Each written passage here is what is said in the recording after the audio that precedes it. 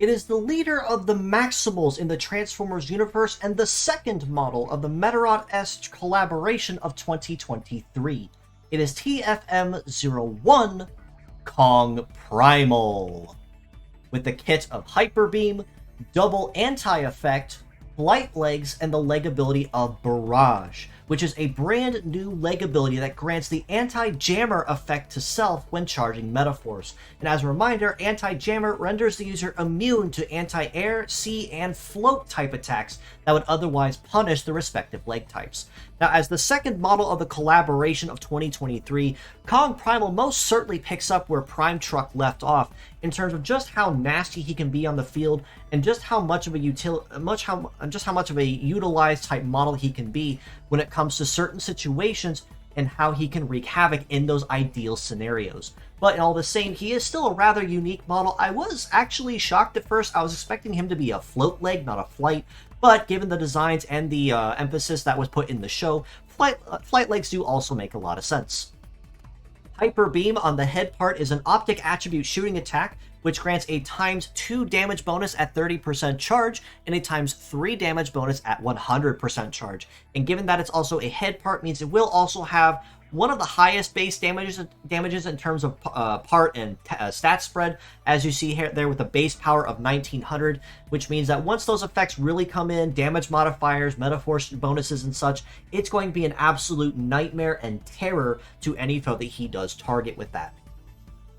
Anti-effect on both arms is a brand new skill that he exclusively is introducing to the game, and the simplest way to describe anti-effect is that it's basically just a more aggressive version of effect clear.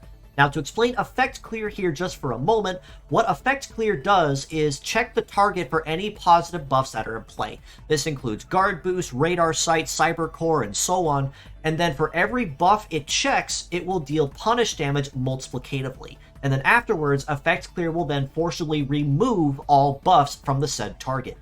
Anti-effect behaves just a little bit differently than that. Instead, what anti-effect does is deal bonus damage to targets the more buffs they have, very similarly to effect clear.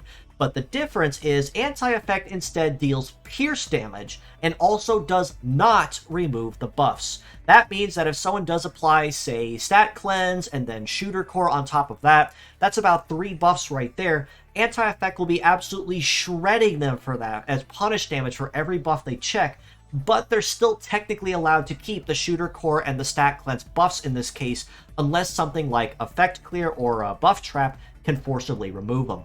Basically, this means that Kong Primal can essentially punish them over and over again just for having the buffs and also torture them without actually removing them.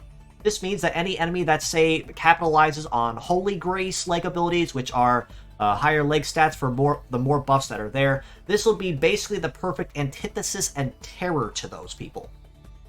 Flight legs means that Kong Primal will have pretty solid coverage across most terrains and a very high base mobility at that, as that tends to be some of the main MOs of flight legs in particular, bar of course the innate weakness to anti-air in this case. With a base mobility of 895, most certainly off to a good start and par for the course when it comes to flight-based legs. An evade of 1152 is actually kind of on the lower end of where flight legs tend to be at, where they like to sit at, say, like 14 or 1500, or in some cases even like 17 or 1800. But instead, Kong Primal actually trades a lot of his speed and evade for better resist stats. With his melee resist at 1234 and his shoot resist at 1250, he's most certainly going to be a more chunkier and resistant type of flight leg compared to most others that emphasize that emphasize speed and agility over armor. On the topic of armor, he is kind of squishy, but at the same time he's not. With a head armor of 4350, right arm of 3100, left at 3000, and legs at 3749. Pretty solid HP pool. I'm not going to say it's terrible, but his arms are going to be just a little squishy there, so exercise some caution if you are going to cover for it. In addition, I would say that to beware of anti-air in this case for Kong Primal, but given that Barrage actually does cover that weakness by granting the anti-jammer effect to himself, he actually can support himself decently well. And while anti-effect may not be super powerful on its own, It is still a very solid use and utility effect for anyone that capitalizes on buffs, especially when it comes to competitive play where Stat Cleanse is essentially an absolute must. Now, for anyone that does know Optimus Primal very well, he is able to transform and maximize into a gorilla-type form, and in this form, he exchanges his entire shooting-based kit for a melee-based kit of Disaster, Power Hammer, Blow Away, his leg type to Biped, and his leg ability to Adapter, which changes all terrain matches to A rank that are not already A rank or better. In this form, it is actually a rare instance where a non-biped model actually transforms into a biped-based model. And the adapter leg ability means that Primal will have very solid coverage on essentially any terrain you put him on, much akin to a float leg in this case, which means you can use him anywhere and not really see any difference in his performance. Disaster on the head part is a rather unique variant of Destroy, and simply how it behaves: if you catch the foe in a certain phase, which is heat or cool, it will insta-kill the part that it targets, or insta-break any shields that are in play, much like regular Destroy does. But you have to catch them in that specific phase in order for it to actually count. Power Hammer on Drive B is pretty much what you'd expect of a gorilla type packing a lot of heavy melee power. In this case, it is just a variant of Standard Hammer, which is a full AoE type attack, meaning it will spread load the damage across all parts equally relative to the number of parts active, but you also get a damage bonus of times 1.5 as long as the user remains active in this case, because there's no legs to destroy on a meta change form that would kind of hinder that drawback, at the cost, of course, that you are unable to dodge or defend during cooldown. Blow Away on Drive C is another up-close and personal attacking skill that has started seeing a spike in competitive PvP when it comes to shields. And simply explained, what it does is upon attacking the target, it will push them away from you, hence the name Blow Away. Now, if you time this right, this can absolutely ruin an enemy shield's defensive stance and force them back to start and leave the allies wide open. However, if you mistime it and catch someone in their cooldown phase instead, it will instead accelerate their cooldown and essentially kind of shoot you in the foot there if you don't already have someone to cover for it and offset that accident. Biped legs, as I said, means that Kong Primal in the meta change form will have basically no issue on any terrain he's on, especially thanks to the adapter ability on top of that. And stats across the board are pretty solid too as well. A base mobility of 877 is not just a little slower than where he was before, but he trades a lot of that and his evade at 746, so his leg stats do go down a pretty fair bit.